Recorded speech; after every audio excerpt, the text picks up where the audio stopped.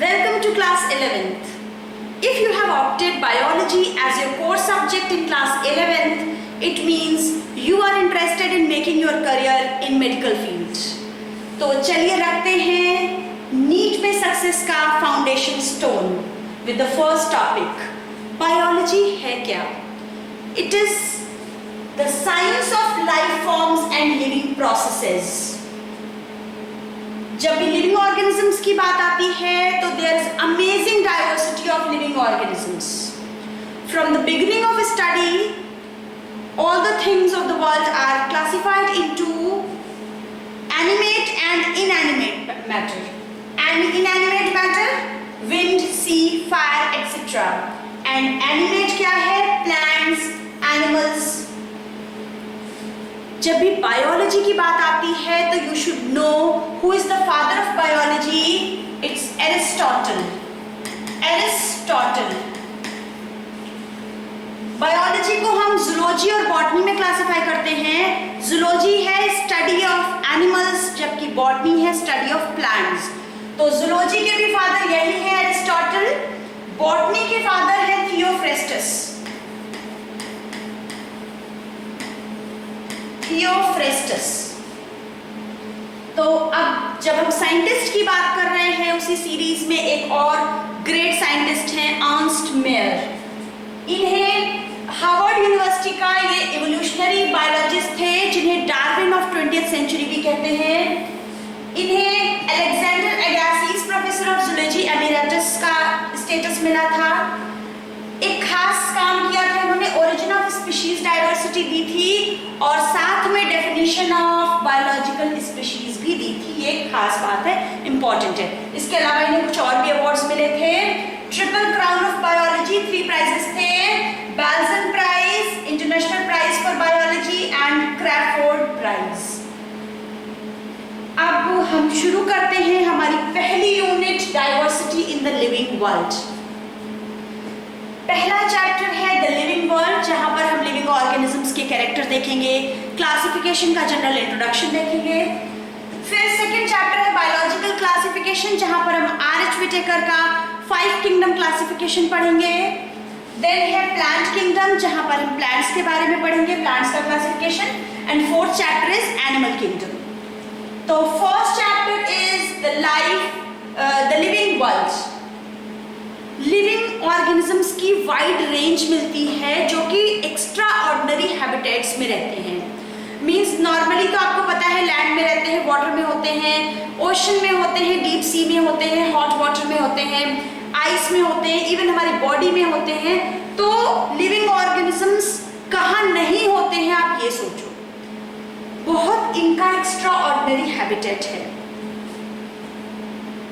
जब मैं ये फर्स्ट लेक्चर है मैं बिल्कुल बेसिक से शुरू करूं और आपको कुछ ऑर्गेनिजम्स, कुछ चीजें देकर बोलूं कि इसमें लिविंग और नॉन लिविंग सेपरेट करो, तो आप क्लियरली बता दोगे कि ये लिविंग बीइंग्स हैं और ये नॉन लिविंग थिंग्स हैं. आपको कैसे पता? आप बोलोगे कि मूवमेंट शो कर रहा था, वो चल रहा था, बोल रहा था, तो लिविंग है. मैं बोलूं अगर कोई सो रहा है तो how will you come to know कि ये लिविंग है? आप बोलोगे कि वो रिस्पायर कर रहा है, सांस लेते हुए मुझे दिख रहा है. What about the plants जो ना तो चल रहे हैं और ना सांस लेते दिख रहे हैं? आप बोलोगे कि they show growth. तो इस तरीके से there are some characteristics on that basis आपने बोला कि ये living है और ये non living है. एक डिफाइनिंग कैरेक्टर नहीं हो सकता है, बहुत सारे कैरेक्टर्स हैं. तो देखते हैं क्या है लिविंग बीइंग्स के कैरेक्टरिस्टिक्स. लिविंग बीइंग्स के कैरेक्टरिस्टिक्स जानने के लिए मिलते हैं मिस्टर क्रेंज से. क्रेंज. सारे कैरेक्टरिस्टिक्स आपको सीक्वेंस में याद हो जाएं, इसके लिए एक शॉर्टकट बनाया है मैंने, mister क्रेंज.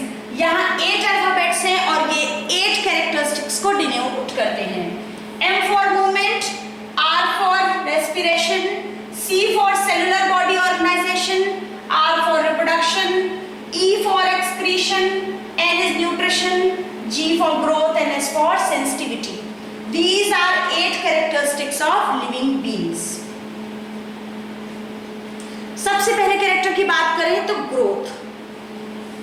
All living organisms grow. क्या होता है growth? Increase in number and biomass. है twin characteristics of growth. Important question है, नीट में सीधा एनसीईआरटी की ये लाइन आपको रखी मिल जाती है। Increase in mass and increase in number of individuals are twin characteristics of growth.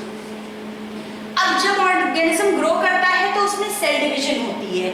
आप जब पैदा हुए छोटे से थे और आप बढ़ते जा रहे हो तो सेल डिवीजन होती जा रही है। एक सेल थी, वो डिवाइड होकर 2 फॉर्म कर लेगी, फिर वो डिवाइड होकर 4 सेल्स फॉर्म कर लेगी। इस तरह से सेल डिवीजन होता चला जा रहा है। प्लांट्स के केस में पूरे लाइफ टाइम में उनके through out the life span उनमें सेल डिवीजन और ग्रोथ होती रहती है, जबकि एनिमल्स, सभी एनिमल्स इंक्लूडिंग ह्यूमन बीइंग्स, उनमें ग्रोथ एक लिमिटेड टाइम ड्यूरेशन तक होती है, लिमिटेड एक सर्टेन एज तक ही होती है सभी एनिमल्स में ग्रोथ।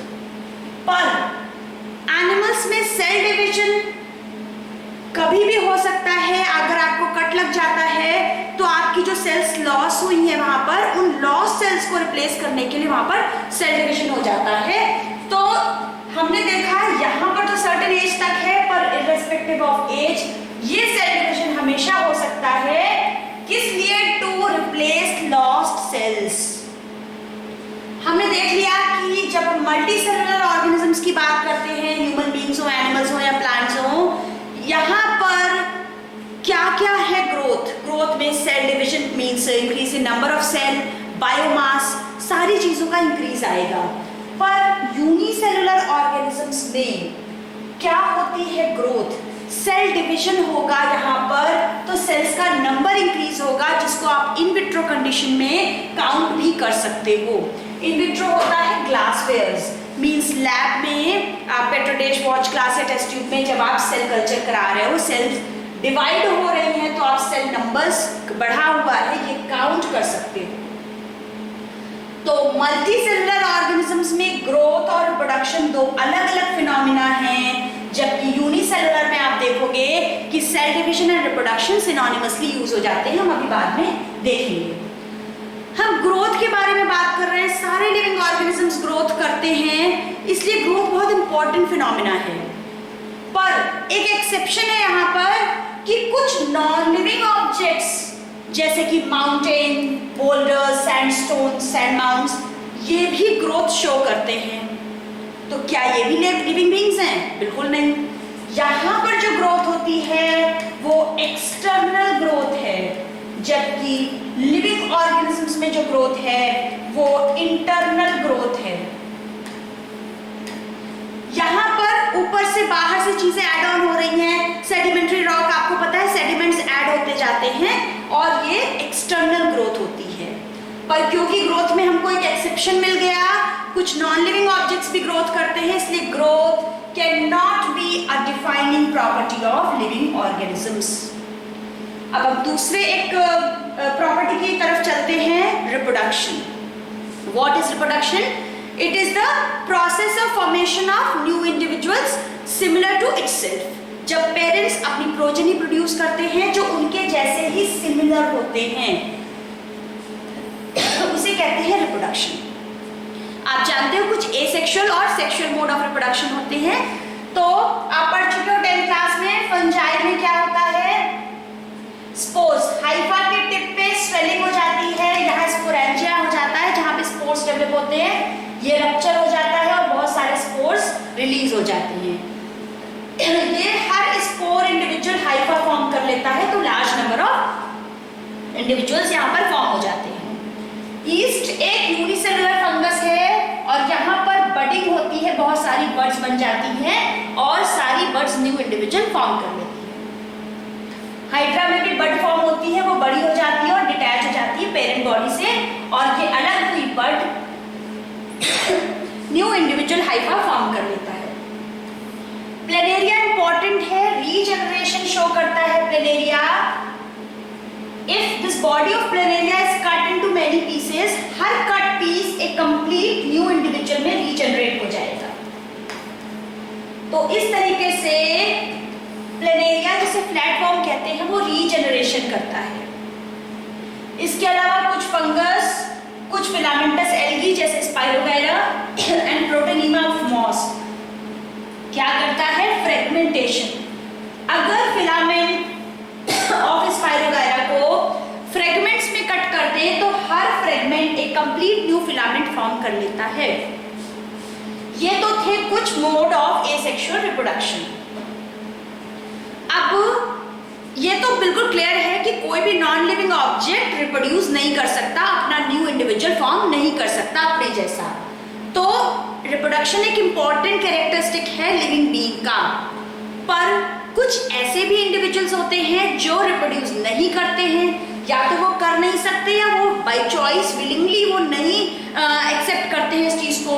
कोई बाय चॉइस ही नहीं शादी करना चाहता है, तो वो नहीं प्रोजेनी प्रोड्यूस कर रहा है या नहीं प्रोड्यूस करना चाहता है। या कुछ ऑर्गेनिजम्स जैसे इनफर्टाइल कपल हो गए ह्यूमन बींग्स के। म्यूल डंकी और हॉर्स को क्रॉस करा के बनाया जाता है म्यूल। स्टेराइल वर्कर बी, आपको पता है जो हनी बी होती है उसमें क्वीन ही रिप्रोड्यूस करती है, उसमें वर्कर बीज सिर्फ काम करती है, वो रिप्रोड्यूस नहीं करती हैं। तो क्या म्यूल, स्टेराइल वर्कर बी और इनफर्टाइल ह्यूमन कपल को हम जो रिप्रोड्यूस नहीं कर रहे हैं उनको हम नॉन लिविंग कह सकते हैं? बिल्कुल नहीं, ये तो लिविंग बीइंग्स ही हैं। इसका मतलब है कि reproduction also can not be a defining characteristics of living being. हमने बात करी ग्रोथ की, रिप्रोडक्शन की, दोनों ही लिविंग बीइंग के डिफाइनिंग कैरेक्टरिस्टिक नहीं हैं। तो क्या है लिविंग बीइंग की डिफाइनिंग कैरेक्टरिस्टिक्स, हम अगले वीडियो में बात करेंगे। Till then stay safe, stay healthy. Thank you, have a nice day.